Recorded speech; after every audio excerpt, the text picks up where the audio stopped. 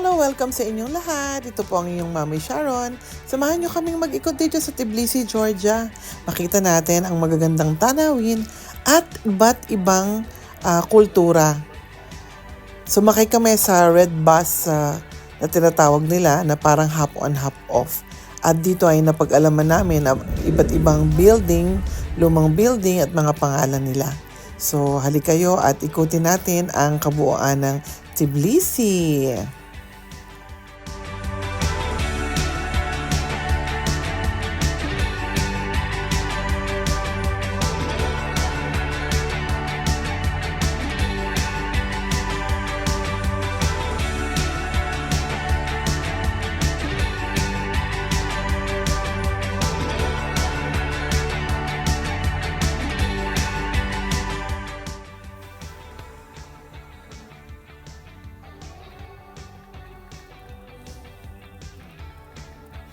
Sa aming pag-iikot ay nakita namin ang iba't ibang gusali at ang kanilang kasaysayan ay aming napag-alaman.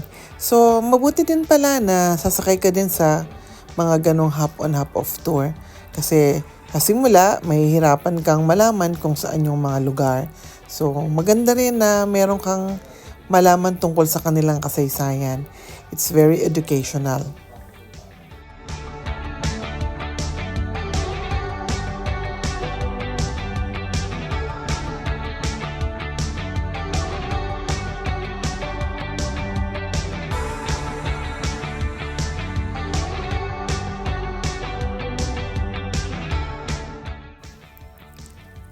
Ngayon naman ay samahan ninyo ako na makita yung tinatawag nila dito na Just House. Ito yung one-stop building nila na kung saan doon nila inaayos lahat ng kanilang mga documents. Kahit anong klaseng dokumento, pumunta ka doon at doon nila gagawin yun. So ito yung kulay green, yung parang kakaibang style ng building.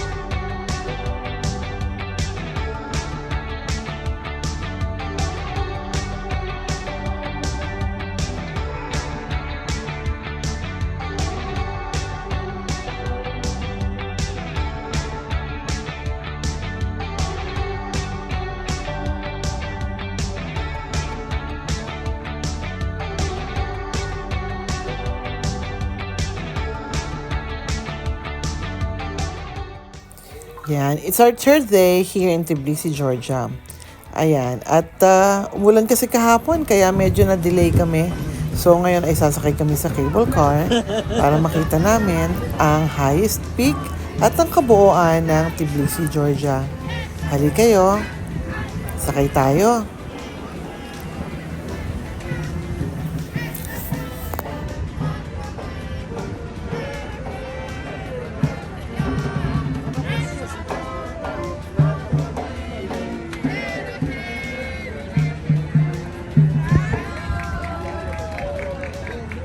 Para ako nasa Italy.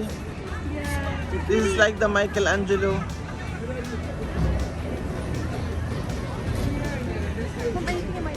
Wala.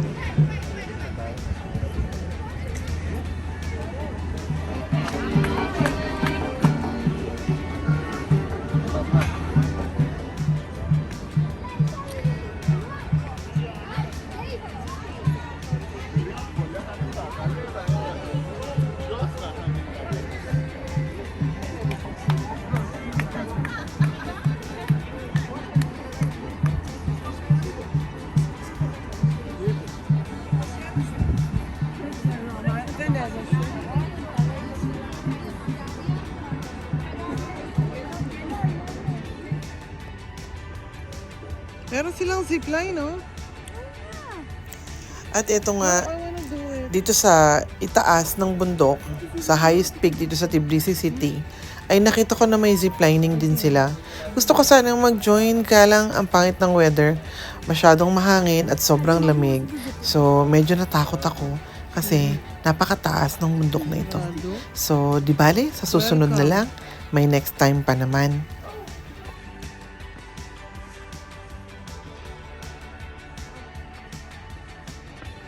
We are open. Oh, there's a bee.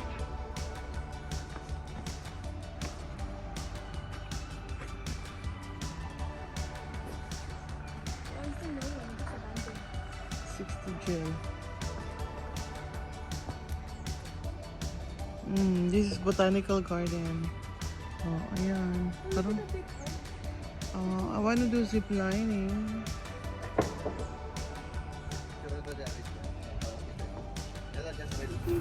At pagkatapos ng aming cable car riding,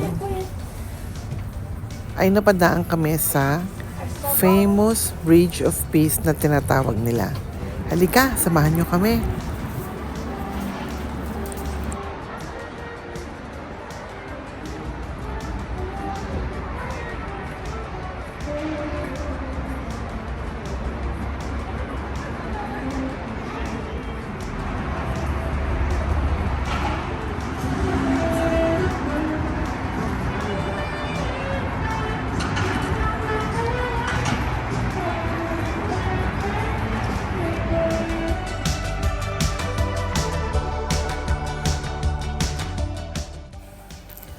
At pagkatapos ng aming paglalakad-lakad, naghanap kami ng makakainan.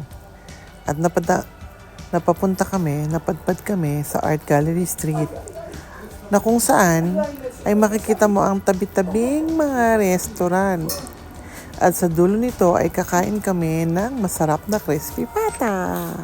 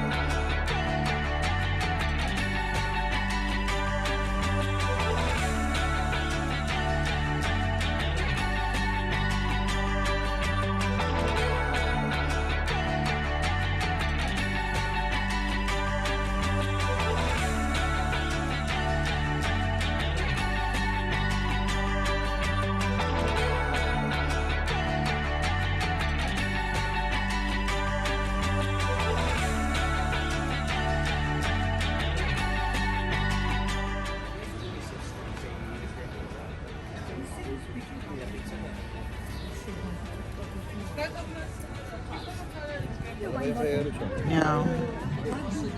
So I can take a picture of this and post this now.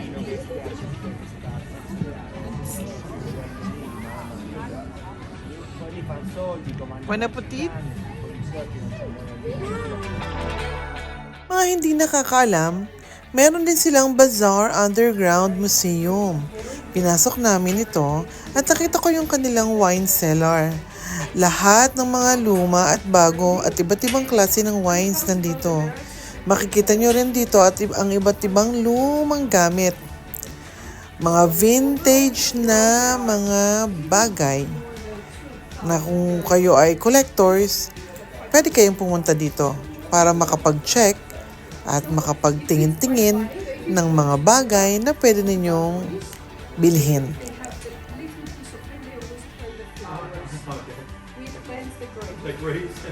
So we decorate our balcony.